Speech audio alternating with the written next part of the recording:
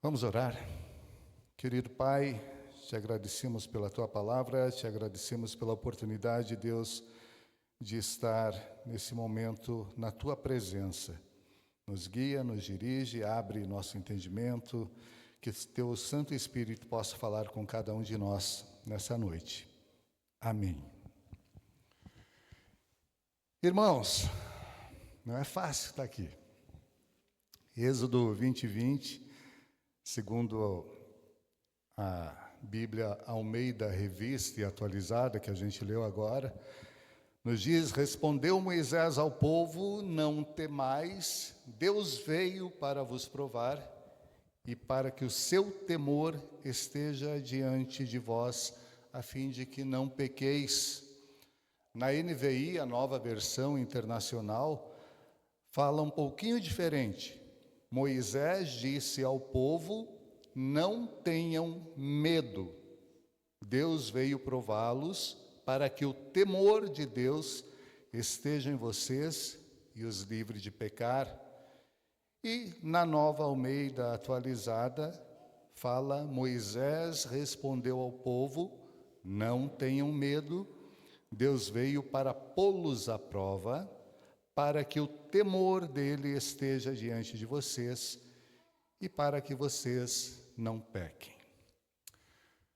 Medo, temor, ou temor e temor, pois na nova Almeida, na Almeida Revista Atualizada, na Bíblia, na ARA, como a gente chama, no mesmo versículo temos não temais e temos temor. Como assim não temais e temer no mesmo espaço? E aí eu fui fazer minhas pesquisas, né? E a primeira coisa que eu fui pesquisar foi sobre medo. E a psicologia nos apresenta vários tipos de medos, né? Vários tipos de fobias. E as fobias são aqueles medos intensos que muitas pessoas têm. E essa palavra fobia, né, tem a sua origem no grego, phobos, e significa medo de. Acrofogia, por exemplo, é o medo de altura. Aracnofobia é o medo de aranhas. Temos um medo chamado glossofobia, que é muito comum entre as pessoas, que é o medo de falar em público. E além disso, aí uma curiosidade para a igreja, é que temos uma fobia chamada hipopotomonstrosesquipedalofobia. Esse nome tão grande é justamente o medo de palavras muito compridas. Vejam só. E desde a última segunda-feira, particularmente eu incluí na minha lista de fobias, eu não sei se eu tenho alguma fobia, nunca percebi isso, mas eu passei a ter uma que se chama maelsofobia, que é a fobia, as irmãs ali já entendeu, que a fobia é o medo que eu tenho quando recebo no particular, no privado, uma mensagem do pastor Maelson. Porque todas as vezes que o pastor Maelson me mandou uma mensagem privada, ele me colocou em um desafio. Primeiro, ele me colocou no desafio de fazer um estudo bíblico, depois foi outro desafio. E desde segunda-feira, eu estou com essa fobia do pastor Maelson. Hoje de manhã ele me mandou uma mensagem e eu senti novamente esse medo. Por isso, orem, irmãos, quando o pastor Maelson mandar uma mensagem no privado para vocês, tá? Porque pode ser um desafio que vocês vão ter que enfrentar. E desde a segunda, quando eu recebi esse áudio do pastor, essa mensagem, me convocando para estar aqui à frente, esse medo se apossou de mim e eu transferi esse medo para a Annelise também. Porque na hora que eu ouvi o áudio, eu disse: não, eu? Não, né? Daí eu fui lá, coloquei o áudio para a Anne, e ela olhou para mim também, um tanto assustada, e disse, não, né, amor? Não, está muito cedo. E o meu medo respondeu, concordando com ela. Ela disse, se fosse um estudo, como tu já fez, e o meu medo, concordei com ela. Você está muito novo, deve ter outras pessoas lá. E eu, isso mesmo. Na hora eu senti esse medo. E era necessário dar uma resposta para o pastor Maelson. E eu dei essa resposta mais ou menos 1 hora depois, quando passou um pouquinho o susto. E respondi mais ou menos assim, pastor, pensando em hierarquia, creio que existem pessoas mais experientes, mais indicadas há mais tempo na igreja que eu. Pastor, um estudo é uma coisa que a gente vai trocando ali, a gente vai estudando e aprendendo junto. Um culto é outra coisa. Pastor, existem pessoas mais capacitadas que eu, e fui dando diversas razões ao pastor Maelson para que ele desistisse naquele momento. Né? E dissesse, ok, irmão, entendi, não é o teu momento ainda. Mas, na mesma hora, eu também lembrei de uma história muito conhecida de um cara chamado Jonas, que foi convocado a ir a uma cidade chamada Nínive para pregar e fugiu. E todo mundo sabe o que aconteceu com o Jonas. Todo mundo sabe. Então, encerrei a mensagem para o pastor dizendo o seguinte, pastor, pensando nessa hierarquia e pensando na igreja, o senhor fala com o conselho da igreja, joguei a responsabilidade para o conselho. O senhor fala com o conselho da igreja e achando que o conselho iria dizer não. E a resposta está aqui nessa noite. E com essa missão de estar aqui, eu resolvi falar justamente sobre isso que eu estou sentindo nesse exato momento, que é medo e temor. E eu fui buscar daí na palavra e na minha memória as vezes em que esse termo chamado medo aparece na Bíblia. E mais especificamente, eu fui buscar uma frase chamada medo de Deus. E é interessante que no hebraico, medo, a palavra irha e o verbo iar podem significar tanto medo, quanto reverência, quanto respeito profundo, quanto submissão e também temor. Os tradutores entendem que quando o objeto é Deus e o contexto fala da vida de fé, é isso que a palavra medo pode significar.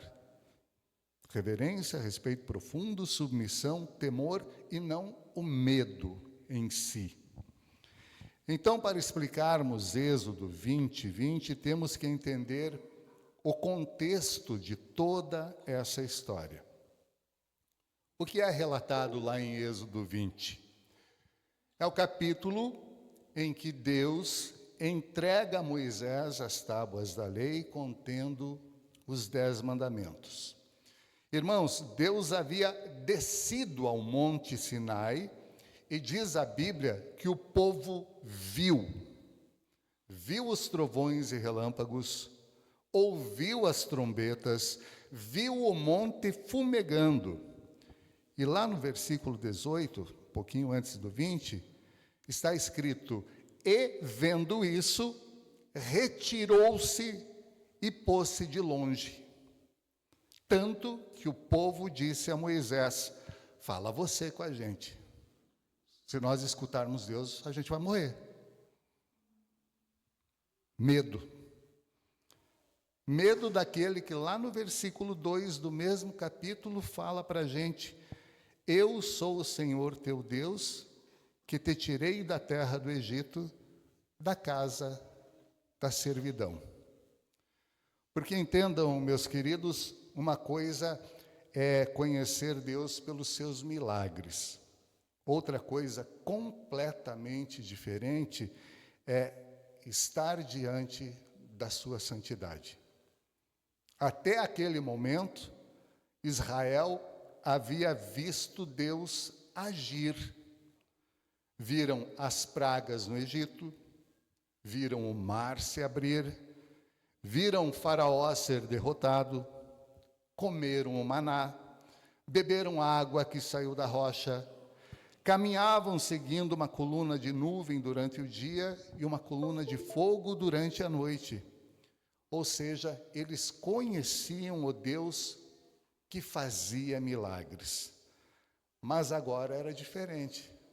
Deus desce sobre o monte e pela primeira vez o povo vê. O povo percebe que aquele Deus não era apenas poderoso, ele era santo. Tão santo que a montanha não podia sequer ser tocada com os pés. O fogo, os trovões, a fumaça, tudo aquilo não era um espetáculo. Era Deus ensinando ao povo quem Ele é.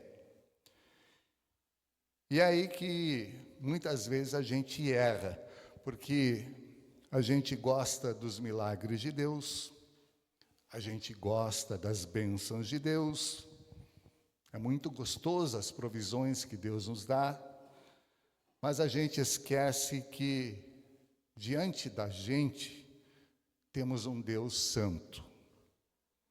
E perceba uma coisa, Deus não mudou do Êxodo 19 ali no Êxodo 20. O que mudou foi a percepção do povo. Eles simplesmente estiveram diante de um Deus santo. E a diferença é que agora Deus resolveu revelar a sua santidade de uma forma que eles nunca haviam experimentado. Isso me fez pensar quantas vezes nós buscamos a mão de Deus, mas esquecemos do coração de Deus. Buscamos aquilo que Ele pode fazer, mas não paramos para contemplar quem Ele é. Então, nesse momento a gente pode se fazer uma pergunta: como é que aquele povo que foi salvo, liberto, estava sendo guiado, alimentado, protegido por esse Deus, podia ter medo dele? Foi o Deus que salvou eles do faraó.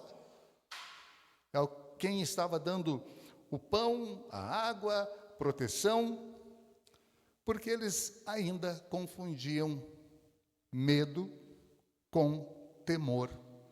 A resposta está ali no próprio texto. Eles confundiam medo com temor. E talvez nós aqui também confundamos medo com temor. O medo faz o homem fugir de Deus. O temor leva o homem a reconhecer quem Deus é. O medo produz distância. O temor produz reverência. O medo paralisa. O temor conduz à obediência. E era exatamente essa diferença que Deus estava ensinando ao seu povo em Êxodo 20, naquele encontro no Monte Sinai. Medo. Entendo, irmãos, o medo não é um pecado, mas ele é uma consequência do pecado. Em Gênesis 3:10, a gente lê lá: ele, Adão, ele respondeu: ouvi a tua voz no jardim e, porque estava nu, tive medo e me escondi. Antes de Gênesis 3:10, não existe, irmãos, nenhuma menção à palavra medo. O medo de Adão não nasceu porque ele estava sem roupa. Nasceu porque pela primeira vez ele percebeu que estava completamente exposto diante de Deus. E o medo, essa palavrinha de 4 letras, muitas vezes pode também nos afastar de propósitos maiores. Um exemplo disso é Moisés, que estava guiando esse povo e que recebeu as tábuas aqui em Êxodo 20. Mas lá no começo, olhando para a sua limitação, a sua falta de eloquência, a sua dificuldade de fala, segundo os historiadores, pesquisadores, supõe-se que Moisés era gago, né? Ele tentou desviar do compromisso de ir até o faraó e falou tete a tete com Deus. Disse assim, lá em Êxodo 4, 10, 13. Então disse Moisés ao Senhor, olha a resposta: Ah, Senhor, eu nunca fui eloquente, nem outrora, nem depois que falaste a teu servo, pois sou pesado de boca e pesado de língua. E Deus responde a Moisés: Quem fez a boca do homem? Ou quem faz o mudo ou o surdo, ou o que vê ou o cego? Não sou eu o Senhor? A resposta que linda. Vai, vírgula, pois, vírgula, agora, vírgula. E eu serei com a tua boca e te ensinarei o que hás de falar. Guardem esse versículo. Mas Moisés insiste. Ah, Senhor, envia aquele que hás de enviar, menos a mim. Lembram da resposta do Marcos ao pastor? Pastor, eu cheguei agora. Pastor, tem gente mais capacitada. Pastor, envia outro.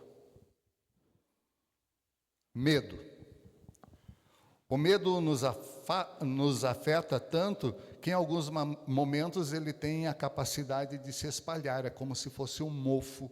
Começa pequenininho, uma manchinha, e vai espalhando, vai espalhando. Esses dias de muita umidade aí, a gente viu como ele surge na nossa casa. E a prova desse medo se espalhando está num outro livro chamado Samuel, em 1 Samuel, onde um único homem conseguiu paralisar um rei e um exército inteiro. Golias, sim, o gigante, ficou 40 dias desafiando o exército de Saul, ou melhor, o exército do Senhor. 40 dias, Golias descia para o play, batia no escudo, e quem vem? Mande-me mande-me seu melhor guerreiro. 40 dias, a mesma coisa. Aí você pode dizer assim, ah, Marcos, mas era um gigante. Era. Mas o outro lado tinha um exército. Ah, Marcos, mas ele queria lutar no 1 contra 1, no mano a mano. Queria. Mas mesmo assim, havia milhares de soldados do outro lado. Bastava um deles dizer, eu vou. E ninguém foi. O medo já havia vencido aquela batalha antes mesmo de qualquer espada ou lança ser levantada. 40 dias de medo. Até que, e aqui a gente começa a falar de temor. Até que um jovem chega naquele campo de batalha, puxando um jumentinho, com uns queijinhos, uns pãozinhos, uma farinha torrada. Se fosse brasileiro, iam dizer que era mineiro. Farinha, queijinho, pãozinho, faltou o cafezinho. Mas uma coisa eu tenho certeza, aquele jovem, ele não era rei, ele não era general, ele não era soldado, ele não tinha espada, ele não tinha lança, mas tinha algo que faltava a todo aquele exército: temor do Senhor. Enquanto todos perguntavam no campo de batalha: quem enfrentará Golias? Davi chegou, olhou e perguntou: quem é esse incircunciso que está desafiando os exércitos do Deus vivo? Percebam, meus amados, que todos ali, Saul, o rei, os irmãos de Davi que estavam ali, inclusive Eliabe, não quis enfrentar Golias, mas chegou dando uma chamada no Davi: o que tu está fazendo aqui? Está querendo aparecer, moleque? Para cima do Davi, o Eliabe se levantou. Todo o exército, todo ficou parado, quieto. Todos estavam olhando para o gigante. Davi chegou lá olhando para Deus, e foi isso que mudou tudo. Outra pergunta? O Marcos, segunda-feira passada, estava olhando para quê? Talvez eu nunca tenha coragem de Davi, confesso isso diante da igreja. Gostaria simplesmente, sim, de ter dito ao pastor Maelson naquela segunda: eu vou. Vem para mim. Eu vou. Nunca fui, nunca fiz. Não sei como é que é, mas eu vou. Mas nem sempre eu consigo perder esse medo. E entendo, meus queridos, que o que me trouxe aqui nessa noite não foi a ausência de medo. Foi algo muito maior. Foi o temor de dizer não, enquanto Deus estava dizendo: vai. Mas, Senhor, eu cheguei ontem na igreja. Vai. Deus, o que os irmãos vão pensar? De repente eles não gostem? Vai. Mas, Senhor, vai. Relembrando o Êxodo 4:12, que eu pedi para vocês guardarem. Vai, pois, agora, e eu serei com a tua boca e te ensinarei o que hás de falar. O meu medo tinha várias perguntas, várias. E se eu falhar? E se eu não estiver pronto? E se o irmão não gostar? E o meu temor só tinha uma pergunta: e se eu desobedecer a Deus? E alguém pode estar pensando nesse exato momento: então, Marcos, o cristão, as pessoas não devem ter medo de nada. Não é isso. Não é isso que a Bíblia ensina. Existe um medo que nos protege e nos leva à prudência diante do perigo. O que a palavra de Deus está dizendo, que ela confronta, não é esse medo. Ela confronta o medo que nos impede de obedecer quando Deus já deixou a sua vontade clara. Porque uma coisa é a gente evitar um perigo que Deus nunca nos mandou enfrentar. E outra, completamente diferente, meus queridos, é recuar diante de um caminho que Deus claramente disse para a gente: vai.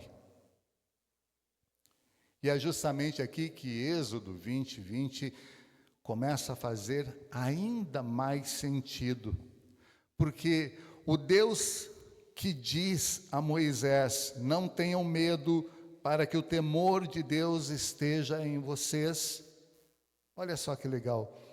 É o mesmo Deus que no Novo Testamento, através do seu Filho Jesus, continua chamando homens e mulheres para obedecer. Irmãos, qual foi uma das últimas ordens de Jesus? A resposta está em Mateus 28:19, que nos diz: ide. Jesus não disse ide, vírgula, quando perderem o medo. Não disse ide, vírgula, quando se sentirem preparados. Não disse ide, vírgula, quando tiverem todas as respostas. Não disse ide, quando não tiverem mais problemas. Ele simplesmente disse ide. E é bem engraçado, porque, não sei se vocês já perceberam, mas esse Deus que a gente serve nunca chamou pessoas prontas. Moisés dizia que não sabia falar. Jonas fugiu. Jeremias dizia que era muito jovem. Jesus chamou Pedro. Meus irmãos, Jesus chamou Pedro. Pedro era impulsivo. Falava antes de pensar, dormiu quando deveria orar, afundou quando deveria andar, negou quando deveria permanecer. Mas existe uma coisa linda na história desse Pedro. Jesus nunca desistiu dele. Depois da ressurreição, quando Jesus se reencontra com seus discípulos, Jesus poderia olhar bem para a cara do Pedro, né, e dizer assim: Pedro, fala aqui para mim. Por que você teve medo na noite em que me negou 3 vezes? Poderia perguntar isso, mas não perguntou. Ao contrário disso, ele pediu: Pedro, tu me amas? Pedro, tu me amas? Pedro, tu me amas? E depois disso, confiou-lhe novamente o seu rebanho. Isso serve de consolo para nós, meus queridos, porque Deus não chama gente perfeita. Tá, tem gente muito mais capacitada que nós em vários pontos. Mas a grande maioria são pessoas simples e comuns como a gente. O Pedro que ouviu o ide nesse último encontro é o mesmo Pedro que 2 capítulos atrás na Bíblia negou Jesus. É o mesmo Pedro. Ou seja, Jesus não retirou Pedro da missão por causa do seu medo, mas antes de enviá-lo, restaurou. E essa, para mim, é uma das mensagens mais belas do Novo Testamento. O chamado de Deus é maior do que os nossos fracassos, é maior do que os nossos pecados, é maior que os medos daqueles que Ele chama. E Deus continua chamando todo santo dia gente como eu, que tenta fugir, gente como vocês, que tentam ou fogem. E aqui é um detalhe precioso com o qual eu quero encerrar essa minha mensagem nessa noite. Pastor Maelson disse: Marcos, tu tem 40 minutos. Eu olhei para ele e disse: pastor, não exige tanto de mim no primeiro. Mas essa mensagem é muito, muito especial. Presta atenção, irmão. Em Mateus 28, Jesus não termina com uma ordem. Ele diz: ide. Mas ele termina com uma promessa semelhante, senão igual, a que ele falou a Moisés lá em Êxodo e que dizia: vai e eu serei com a tua boca. Lembra-se lá em Êxodo: vai e eu serei com a tua boca. Em Mateus 28, ele encerra a ordem de ide, dada no versículo 19, nos prometendo, no versículo seguinte, no versículo 20, e eis que eu estou convosco todos os dias até a consumação dos séculos. Guide. Medo?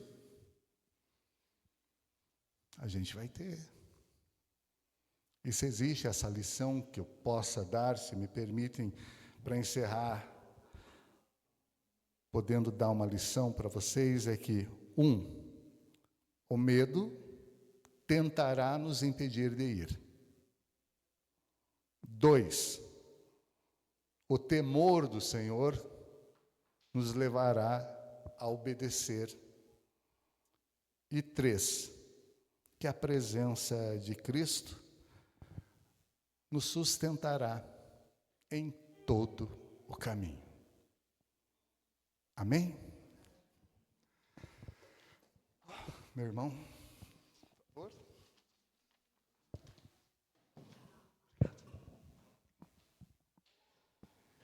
Irmãos, ouvindo o irmão Marcos, eu lembrei de uma passagem, quando eu era jovem, há uns 20 anos atrás, talvez um pouco menos, conversando com uma irmã, o nome dela é Irmã Vera, lá da Presbiteriana de São Sebastião, no litoral de São Paulo. A gente conversando, ela assim, que legal, vamos fazer uns estudos. Eu participava bastante naquele momento, né, das reuniões. E ela falou assim, falta gente. Aí eu lembrei de Lucas 10, quando vou ler o versículo 1 e 2. Depois disso, designou o Senhor ainda outros 70 e mandou-os à sua frente, de 2 em 2, a todas as cidades e lugares onde ele iria. Disse-lhes, grande é a colheita, mas os obreiros são poucos. Rogai, pois, ao Senhor da colheita que envie os obreiros para a sua seara. E é o que Marcos disse. A obra é grande e os obreiros são poucos, que o Senhor coloque nos nossos corações esse desejo de servi-lo. Vou, nesse momento, encerrar orando ao Senhor. Senhor, nós te agradecemos pela tua palavra, que o Senhor faça, Senhor, que essa palavra crie em nós, Senhor, bons frutos para ti, Senhor, que sejamos mensageiros, Senhor Deus, que durante essa semana nós possamos, Senhor, falar de ti para as outras pessoas, Senhor, levar esperança para os corações que estão aflitos. Ó Senhor, faz com que a tua igreja, faz com que cada irmão aqui, Senhor, vivencie dia após dia, Senhor, dessa semana que entrar a tua presença, Senhor, e que sejamos luz, Senhor, na terra. Muito obrigado pela vida preciosa de cada irmão. Nós te agradecemos por esse momento que nós ouvimos de ti, Senhor. Muito obrigado e que o nosso coração se encha, Senhor, a cada dia que passar, Senhor, de ti mesmo. Louvado seja o teu nome, em nome de Jesus.